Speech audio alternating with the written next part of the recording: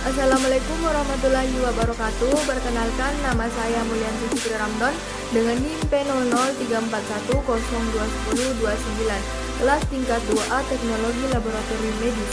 Pada video kali ini, saya akan menjelaskan mengenai prosedur pemeriksaan laboratorium dari cairan sendi. Sebelum masuk ke prosedur pemeriksaan laboratorium cairan sendi, kita harus terlebih dahulu mengetahui apa sih cairan sendi itu. Cairan sendi adalah cairan kental yang berfungsi sebagai pelumas sendi-sendi pada tubuh sehingga tubuh dengan mudah dapat bergerak. Pemeriksaan cairan sendi atau cairan sinovial ini biasanya dilakukan pada pasien yang memiliki keluhan nyeri sendi maupun pembekakan pada sendi yang tidak diketahui penyebabnya. Pada pemeriksaan cairan sendi terbagi atas dua metode, yaitu pemeriksaan mikroskopik dan pemeriksaan makroskopik. Untuk pemeriksaan makroskopik itu tersendiri terbagi atas tiga, yaitu yang pertama warna, yang kedua viskositas, dan yang terakhir fibrin cloud formation.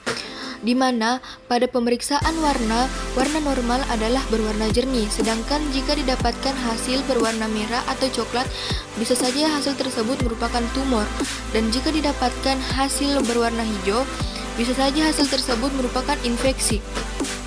Selain pemeriksaan warna, terdapat juga pemeriksaan viskositas, dan selain itu terdapat juga pemeriksaan fibrin cloud formation, di mana pada pemeriksaan ini spesimen merupakan cairan sendi tanpa antikoagulan, dan hasil normal dari cairan ini merupakan tidak ada fibrinogen pada hasil yang ditemukan dan tidak ada bekuan pada cairan sendi.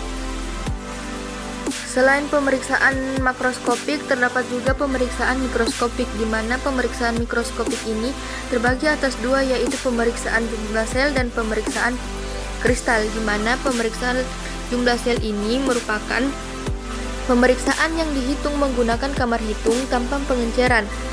Bila dapatkan hasil keruh, diencerkan dengan salin 0,9%. Nah, pada pemeriksaan kristal ini dilakukan apabila terjadi nyeri atau inflamasi pada pasien yang disebabkan oleh kelainan metabolisme, gangguan ekskresi ginjal, atau peningkatan zat kimia yang mengalami kristalisasi dan terjadi degenerasi tulang rawan pada pasien.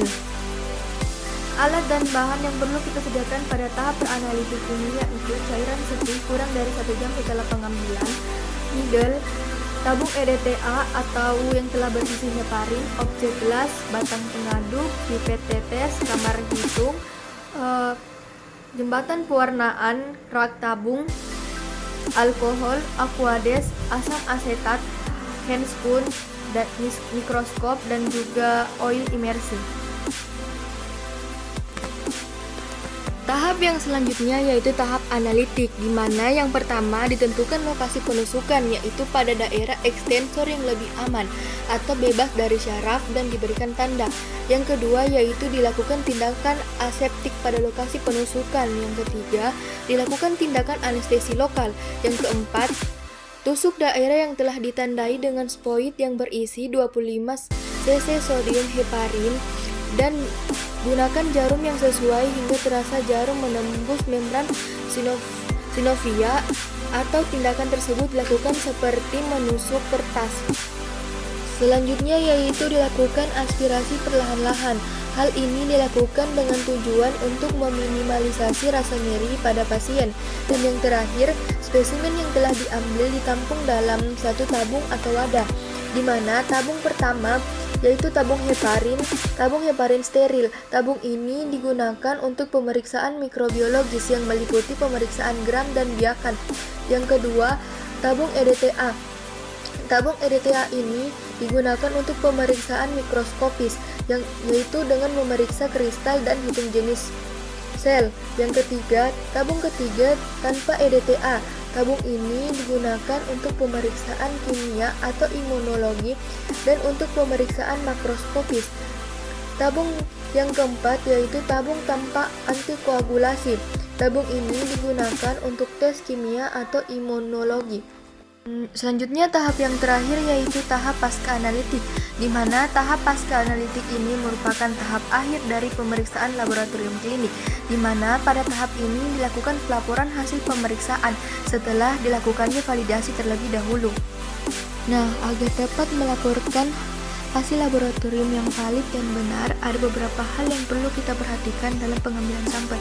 Yang pertama yaitu kita harus terlebih dahulu mengetahui apakah pasien tersebut mempunyai gangguan hemostasis atau tidak. Yang kedua, melakukan teknik dengan baik dan benar dan selalu berusaha untuk steril dalam proses pengambilan sampel maupun pengerjaan sampel. Yang ketiga, sampel yang telah didapatkan dan diambil harus segera mungkin dibawa ke laboratorium. Yang keempat, pada pemeriksaan glukosa cairan sendi, maka beritahukan kepada pasien bahwa mereka harus berpuasa selama 6-8 jam terlebih dahulu.